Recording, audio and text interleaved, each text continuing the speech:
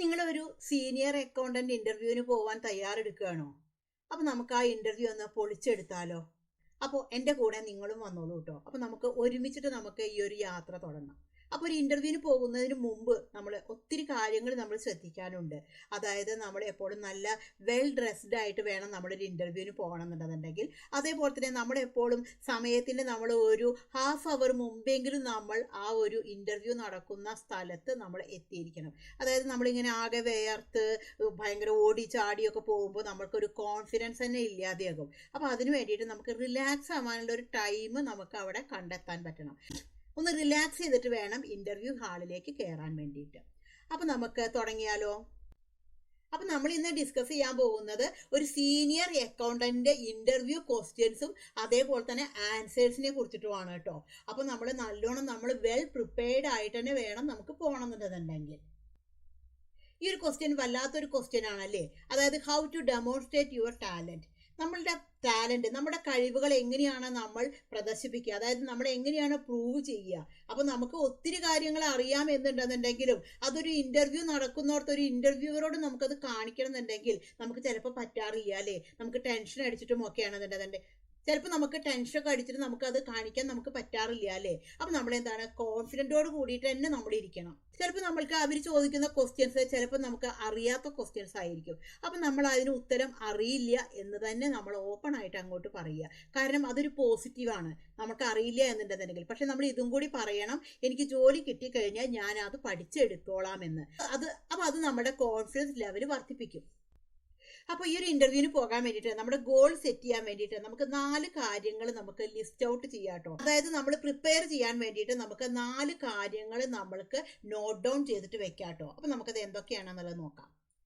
ഫസ്റ്റിൽ എന്താണ് interview game plan. നമ്മൾ എന്താണ് ഇന്റർവ്യൂവിന് പോകുന്നതിന് മുമ്പ് നമ്മളൊരു ഇന്റർവ്യൂ ഗെയിം പ്ലാൻ നമ്മൾ തയ്യാറാക്കണം. സെക്കൻഡ് വൺ എന്താണ് GST ക്വസ്റ്റ്യൻ. ഇതിപ്പോൾ നമുക്ക് ഏറ്റവും ഇമ്പോർട്ടൻ്റ് ആയിട്ടുള്ള ഒരു ഫീൽഡാണ് അല്ലേ. അപ്പോൾ ഒരു സീനിയർ അക്കൗണ്ടന്റ് നിർബന്ധമായിട്ടും എന്താണ് GST കുറിച്ചുള്ള കാര്യങ്ങൾ അറിഞ്ഞിരിക്കണം. തേർഡ് വൺ എന്ന് പറഞ്ഞാൽ നമുക്ക് ബാലൻസ് ഷീറ്റ്, TDS. ഇപ്പോൾ ബാലൻസ് ഷീറ്റിലെ പ്രിപ്പറേഷൻ എങ്ങനെയാണ്, TDSന്റെ കാര്യങ്ങൾ, ഇതൊക്കെ എന്തായാലും അറിഞ്ഞിരിക്കണം. ലാസ്റ്റ് വൺ എന്താണ് ലാസ്റ്റ് പ്രിപ്പറേഷൻ, അതായത് ലാസ്റ്റ് മിനിറ്റിലുള്ള പ്രിപ്പറേഷൻ, നമ്മുടെ ഒരു ഫൈനൽ ടച്ച് എന്ന് പറയില്ലേ, അതാണ് ഇത്. നമുക്കിത് ഓരോന്നും നമ്മൾക്ക് ലിസ്റ്റ് ഔട്ട് ചെയ്തിട്ട് നമുക്ക് നോക്കാം കേട്ടോ. അപ്പൊ ഫസ്റ്റിലെ പറയുന്നത് എന്താണ് ഇന്റർവ്യൂ ഗെയിം പ്ലാൻ ആണ്. നമ്മൾ പറയാറില്ലേ first impression is the best impression എന്ന്. അപ്പൊ അതുകൊണ്ട് നിങ്ങൾ എന്താണ് നിങ്ങളെ കുറിച്ചിട്ട് എന്താണ് ഒരു ക്രിസ്പ് ആയിട്ടുള്ള ഒരു ഇൻട്രൊഡക്ഷൻ നിങ്ങൾ തയ്യാറാക്കി വെക്കണം. അപ്പൊ അത് ഇന്റർവ്യൂവിന് പോകുന്നതിന് മുമ്പ് തന്നെ നിങ്ങൾ തയ്യാറാക്കി വെക്കണം കേട്ടോ. അപ്പൊ എന്താ വെച്ചാൽ നമ്മുടെ ഒരു കോൺഫിഡൻസ് ലെവലൊക്കെ നമുക്ക് അവിടെ വർദ്ധിക്കും. നെക്സ്റ്റ് നമ്മൾക്ക് ക്വസ്റ്റ്യൻസിലേക്ക് കടക്കാട്ടോ. അപ്പൊ ഫസ്റ്റിലെ GST ബേസ് ചെയ്തിട്ടുള്ള കുറച്ച് ക്വസ്റ്റ്യൻസ് നമുക്ക് നോക്കാം. അപ്പൊ ഫസ്റ്റിലെ ക്വസ്റ്റ്യൻ പറയുന്നത് type of GST and how to charge it. അപ്പൊ അതിന്റെ ആൻസർ എന്താണെന്നുള്ളത് നമുക്ക് നോക്കാം. GST 3 തരത്തിലുണ്ട്.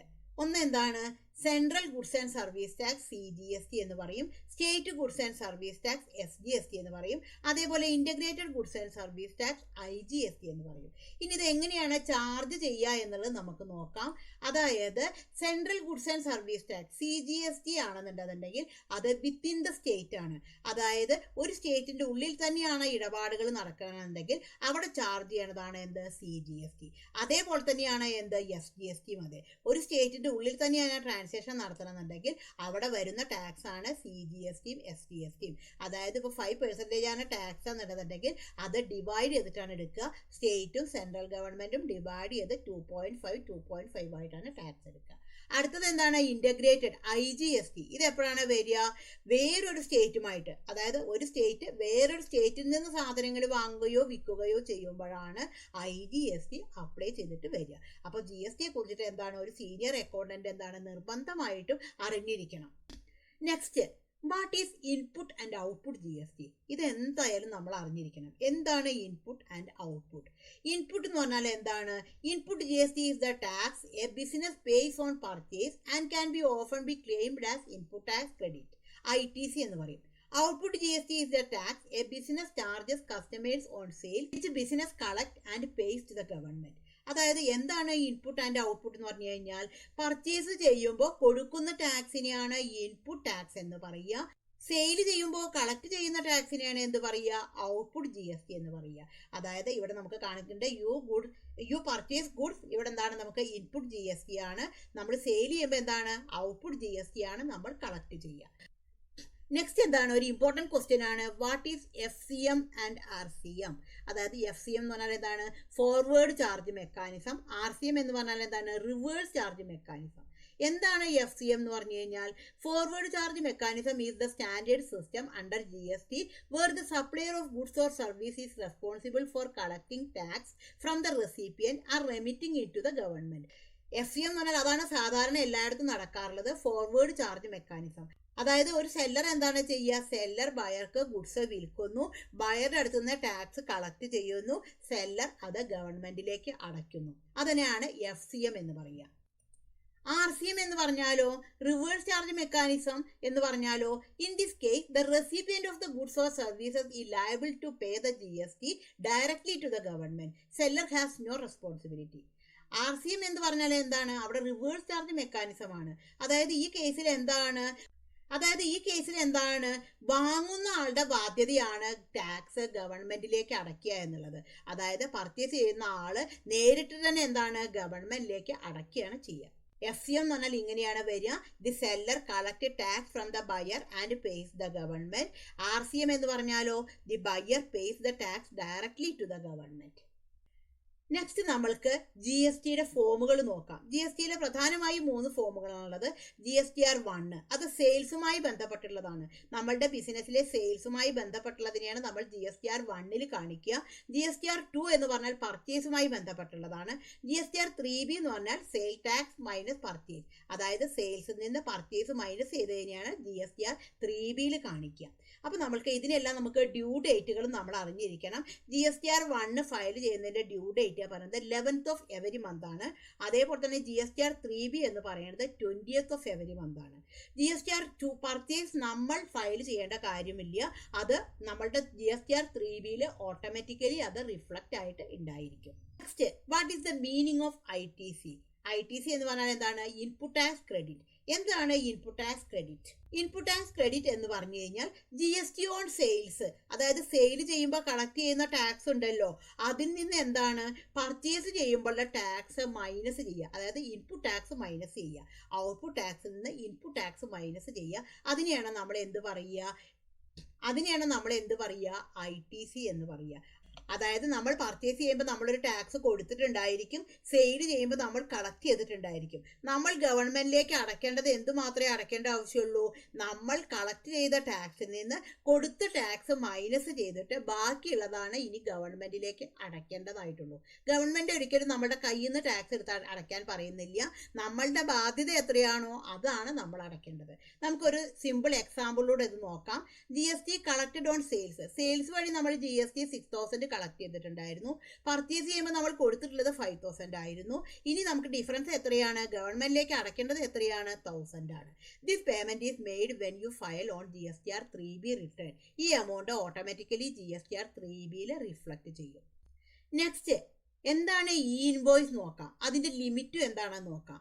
ഇൻവോയ്സ് പറഞ്ഞാൽ invoicing, electronic invoicing under India's GST system is the process where B2B business to business and B2G business to government invoices are electronically reported and authenticated by the government invoice registration portal IRP. The IRP generates unique invoice reference number IRN and a quick response QR code which must be included in the final invoice. അതായത് ഈ invoice പറഞ്ഞു വെച്ചിട്ടുണ്ടെങ്കിൽ നമ്മൾ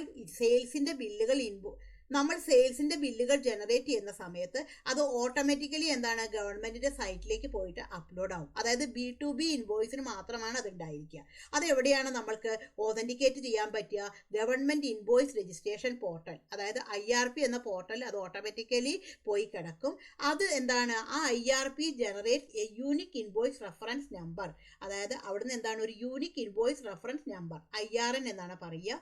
അതെന്താണ്, നമുക്കൊരു QR code വെച്ചിട്ട് നമ്മൾക്ക് final invoice ആയിട്ട് വരും. അപ്പം നമ്മളിങ്ങനെ ഇൻ്റർവ്യൂവിനൊക്കെ പോകുമ്പോൾ നമ്മൾ ഈ ഡേറ്റ് നമ്പർ ഇതൊക്കെ നമ്മൾ ആലോചിച്ച് വെക്കണം കേട്ടോ. അപ്പോൾ അവർക്കൊരു ഇമ്പ്രഷൻ ഉണ്ടായിരിക്കും, ഓ ഇയാൾ കൊള്ളാലോ എന്നുള്ളത്. അപ്പോൾ അതൊക്കെ നമ്മൾ നോട്ട് ചെയ്തിട്ടാണ് നമ്മൾ ആലോചിച്ച് വെക്കണം. അപ്പോൾ നമുക്ക് ഈ ഇൻവോയ്സിങ്ങിൻ്റെ ലിമിറ്റ് എന്ന് പറയുന്നത് 5 crore ആണ്. 5 crore എബോവ് ആണെന്നുണ്ടെങ്കിലാണ് ഈ ഇൻവോയ്സിങ് വേണ്ടത്. അതിൻ്റെ ഡേറ്റ് എന്ന് മുതൽക്കാണ് അത് വന്നിരിക്കുന്നത്, 1 August 2023 മുതൽക്കാണ് വന്നിരിക്കുന്നത്. അപ്പോൾ ഇതൊക്കെ നമുക്കൊരു ട്രിക്കായിട്ട് നമുക്ക് ഉപയോഗിക്കാം കേട്ടോ. ഇങ്ങനെ നമ്പേഴ്സൊക്കെ നമ്മൾക്ക് എന്താണ് ഓർമ്മ ഓർമ്മയിൽ വെച്ചിട്ടിരിക്കാം. അപ്പൊ അവർക്ക് തോന്നും നമ്മൾ അപ്ഡേറ്റ് ആണ് എന്ന്. അപ്പൊ ഈ ഇൻവോയ്സിംഗിന്റെ ഒരു ഫോർമാറ്റ് ഇങ്ങനെയാണ് വരിക. Core financial reporting, the rights of invoicing, what is it, electronic invoicing ആണ് അത്. അതേപോലെ തന്നെ അതെന്താണ്, ജനറേറ്റ് ഇൻവോയ്സ് ഇൻവർ സോഫ്റ്റ്വെയർ. ടാലിയിലാണെന്നുണ്ടെങ്കിൽ നമുക്കത് ഓട്ടോമാറ്റിക്കലി നമുക്ക് ബില്ല് അടിക്കുമ്പോൾ സമയത്ത് നമുക്ക് എന്താണ് അവിടെ ഈ ഇൻവോയ്സിംഗ് നമുക്ക് ഓട്ടോമാറ്റിക്കലി നമുക്ക് അവിടെ വരും. അവിടെ തന്നെ നമുക്ക് ജനറേറ്റ് ചെയ്തിട്ട് എടുക്കാം. ഹൂ ഈസ് ഇറ്റ് ഫോർ, അതായത് business with a turnover of 5 crore or more. അതേപോലെ തന്നെ push invoice to the IRP, invoice registration portal. Receive a unique 64-digit IRN, invoice reference number. അതായത് ഈ IRN നമ്പർ എന്താണ്, ഒരു 64-digit ഉള്ള number ആയിരിക്കും ഉണ്ടായിരിക്കുക. നെക്സ്റ്റ് ഒരു ട്രിക്കി ക്വസ്റ്റ്യൻ ആണ് കേട്ടോ.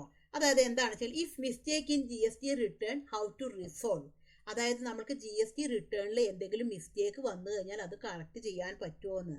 എന്തായാലും നമ്മളൊരു GST റിട്ടേൺ നമ്മൾ ഫയൽ ചെയ്ത് കഴിഞ്ഞു, പിന്നീട് അത് കറക്റ്റ് ചെയ്യാൻ പറ്റുമോ എന്നുള്ളതാണ്. അപ്പോൾ നിങ്ങൾക്ക് എന്താണ് തോന്നുന്നത്, അത് കറക്റ്റ് ചെയ്യാൻ പറ്റുമോ? അതെങ്ങനെയാണ് കറക്റ്റ് ചെയ്യാൻ പറ്റുക? ഒരിക്കലും കറക്റ്റ് ചെയ്യാൻ പറ്റില്ല. കാരണം നമ്മളത് ഫയൽ ചെയ്ത് കഴിഞ്ഞതല്ലേ. ഫയൽ ചെയ്ത് കഴിഞ്ഞ കാര്യം നമ്മുടെ കയ്യിൽ നിന്ന് പോയൊരു കാര്യം നമ്മൾ പിന്നെ എങ്ങനെയാണ് കറക്റ്റ് ചെയ്യുക? അപ്പോൾ ആ റിട്ടേൺ നമുക്ക് ഒരിക്കലും ഫയൽ ചെയ്യാൻ പറ്റില്ല. പക്ഷേ നമ്മൾക്ക് പിന്നീട് നമ്മൾ റിട്ടേൺ ചെയ്യണ സമയത്ത് നമ്മൾക്ക് അതിൽ അമെൻമെന്റ് ചെയ്ത് നമുക്കത് ചേഞ്ച് ചെയ്യാൻ വേണ്ടിയിട്ടാണെന്നുണ്ടെങ്കിൽ പറ്റും. അപ്പോൾ അമെൻമെന്റ് എന്ന് പറഞ്ഞൊരു ഓപ്ഷൻ പിന്നീട് അതിലുണ്ട്. അപ്പോൾ അമെൻമെന്റ് എന്ന് പറഞ്ഞൊരു ഓപ്ഷൻ ഉണ്ട്. പിന്നീട് നമ്മൾക്ക് അതെന്താണ് നമുക്ക് ചേഞ്ച് ചെയ്തിട്ടുള്ള ഒരു റിട്ടേൺ നമുക്ക് വീണ്ടും ഫയൽ ചെയ്യാൻ വേണ്ടിയിട്ട് പറ്റും. നെക്സ്റ്റ് എന്താണ്, what is the meaning of balance sheet. അപ്പോൾ നമ്മളിപ്പോൾ GST കഴിഞ്ഞു. ഇനി നമ്മുടെ അടുത്തത് എന്താണ്, ബാലൻസ് ഷീറ്റും TDS ആയിട്ട് നമ്മൾ 4 കാര്യങ്ങൾ തിരിച്ചിട്ടുണ്ടായിരുന്നല്ലോ. അതിൽ സെക്കൻഡ് വൺ ആണ് എന്ത്, what is the meaning of balance sheet. Balance sheet is a statement that tells about the position of the business. ബിസിനസിന്റെ പൊസിഷൻ പറയുന്നതിനെയാണ് നമ്മൾ എന്ത് പറയുക, ബാലൻസ് ഷീറ്റ് എന്ന് പറയുക. അതായത് അതിന്റെ ആസ്തികളുടെയും ബാധ്യതകളുടെയും സ്റ്റേറ്റ്മെന്റിനെയാണ് എന്ത് പറയുക, ബാലൻസ് ഷീറ്റ് എന്ന് പറയുക. ഒന്നും കൂടി നമുക്ക് സിമ്പിൾ ആയിട്ട് നമുക്ക് ഒന്നും കൂടി നോക്കാം. ഇത് ഒരു ബിസിനസ്സിന് 3 കാര്യങ്ങളുണ്ട്. അസറ്റ് ഉണ്ട്, ലയബിലിറ്റി ഉണ്ട്, ഇക്വിറ്റി ഉണ്ട്. അസറ്റ് പറഞ്ഞാൽ എന്താണ്, ബിസിനസ്സിന് എന്തെല്ലാം സ്വന്തമായിട്ട് ഉണ്ടോ അതിനെയാണ് നമ്മൾ അസറ്റ് എന്ന് പറയുക. ലയബിലിറ്റി എന്ന് പറഞ്ഞാൽ എന്താണ്, ബിസിനസ്സിന്റെ ബാധ്യതകൾ, ബിസിനസ് ആരോടൊക്കെ കടപ്പെട്ടിരിക്കുന്നു അതാണ് ലയബിലിറ്റി. ഇക്വിറ്റി എന്ന് പറഞ്ഞാൽ എന്താണ്, ഇപ്പോൾ ക്യാപിറ്റൽ, ബിസിനസ് ഓണറുമായിട്ടുള്ള ബന്ധത്തിനെയാണ് എന്ത് പറയുക, ഇക്വിറ്റി എന്ന് പറയുക. ഇതിന്റെ ഒരു ഫോർമുല എന്ന് പറഞ്ഞെങ്കിൽ എന്താണെന്ന് വെച്ചാൽ, asset equal to liability plus equity ആണ്. It is a statement detailing a company's asset, liabilities and equity, showing what it has saved, earned and spend. ഈ 3 കാര്യങ്ങളാണ് ഈ ഒരു ബാലൻസ് ഷീറ്റിൽ ഉണ്ടായിരിക്കുക. ഇപ്പൊ നിങ്ങൾക്ക് ബാലൻസ് ഷീറ്റിനെ കുറിച്ചിട്ട് ഒരു നല്ലൊരു ഐഡിയ കിട്ടി എന്ന് തന്നെ ഞാൻ വിചാരിക്കുന്നു. നെക്സ്റ്റ് നോക്കാം നമുക്ക്, what is the meaning of TDS. TDS പറഞ്ഞാൽ എന്താണ്, ടാക്സ് ഡിഡക്റ്റഡ് അറ്റ് സോഴ്സ്.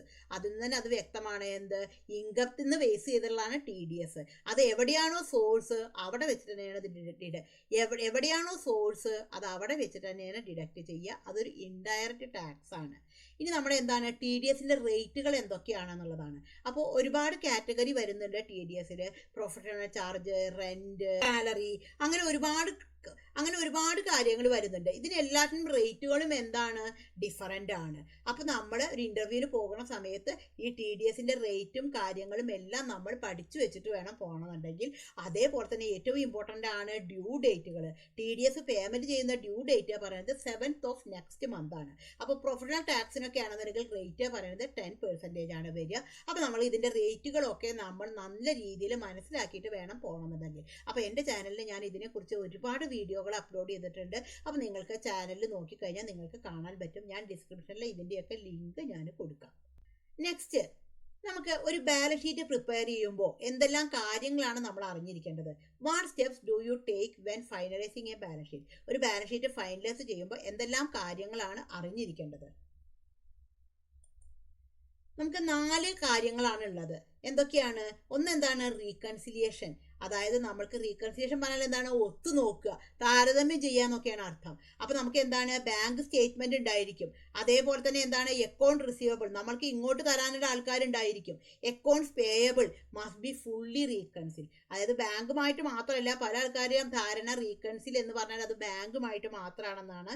അങ്ങനെയല്ല, നമ്മൾ തരാനുള്ള ആൾക്കാരും നമ്മൾ കൊടുക്കാനുള്ള ആൾക്കാരുടെയും ബുക്സുകൾ തമ്മിൽ മാച്ച് ആയിരിക്കണം. ഫോർ എക്സാമ്പിൾ പറയുകയാണെങ്കിൽ, ഞാനൊരു പാർട്ടിയുടെ അടുത്ത് നിന്ന് ഗുഡ്സ് വാങ്ങിച്ചു, ഞാൻ റിട്ടേൺ ചെയ്തു ഗുഡ്സ്, ഞാൻ അവർക്ക് ഡെബിറ്റ് നോട്ട് അയച്ചു കൊടുത്തു, പക്ഷെ ഒരു കറസ്പോണ്ടിങ് ക്രെഡിറ്റ് നോട്ട് എനിക്ക് കിട്ടിയിട്ടില്ല എന്നുണ്ടെങ്കിൽ രണ്ടും കൂടിയിട്ട് എന്താണ് മിസ്മാച്ച് ആയിരിക്കും ഉണ്ടായിരിക്കുക.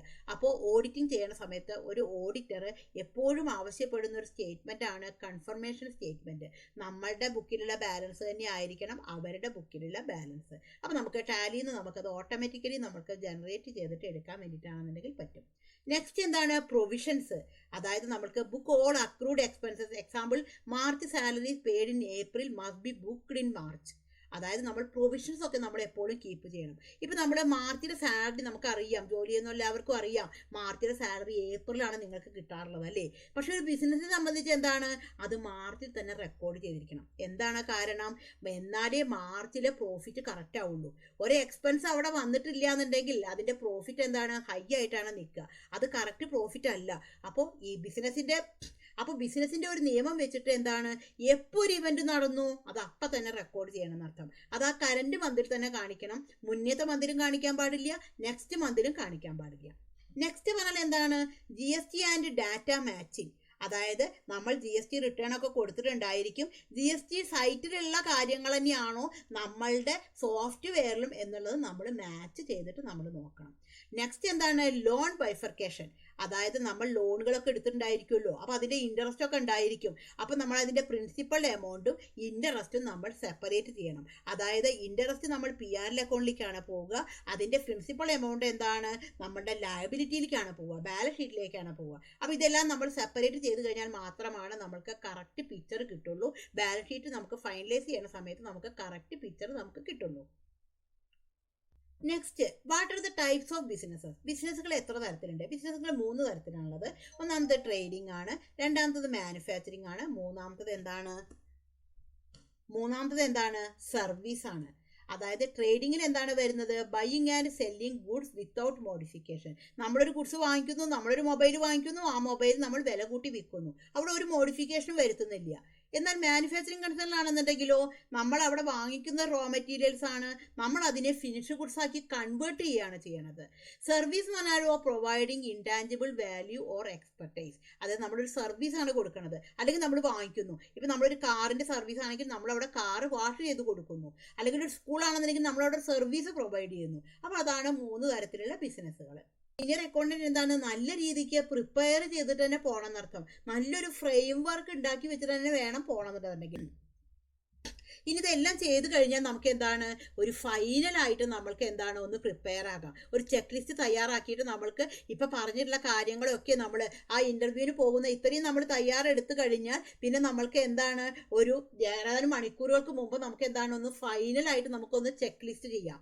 എന്തൊക്കെ കാര്യങ്ങളാണ്, review current GST and TDS due dates and key rates.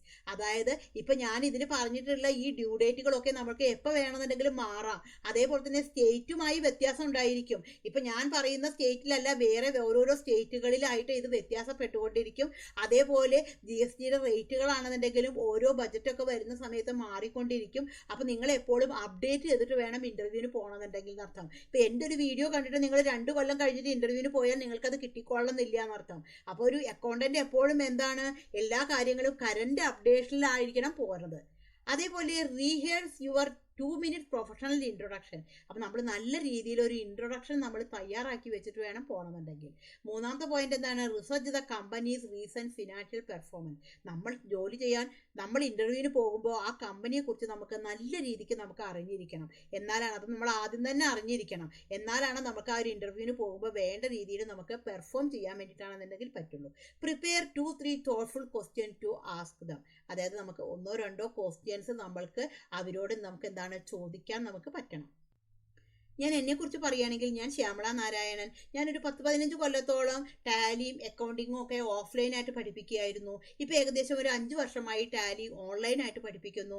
നിങ്ങൾക്ക് എൻ്റെ ക്ലാസ്സിൽ ചേരാൻ താല്പര്യം ഉണ്ടെന്നുണ്ടെന്നുണ്ടെങ്കിൽ നിങ്ങൾക്ക് ടാലി ഓൺലൈനായിട്ട് പഠിക്കണം എന്ന് വിചാരിക്കുക, എനിക്ക് ജസ്റ്റ് ഒന്ന് ഇമെയിൽ ചെയ്തോളൂ. എൻ്റെ ഇമെയിൽ ID എന്ന് പറയുന്നത് shyamastaliclass@gmail.com ആണ്. ഓക്കെ, അപ്പോൾ നിങ്ങൾക്ക് ഈ വീഡിയോ ഇഷ്ടമായി കഴിഞ്ഞാൽ ഒന്ന് ലൈക്ക് ചെയ്യണേ. അതേപോലെ തന്നെ നിങ്ങളുടെ ഫ്രണ്ട്സിനോ റിലേറ്റീവ്സിനോ ഒക്കെ ഒന്ന് ഷെയർ ചെയ്ത് കൊടുക്കണേ. Thank you for watching.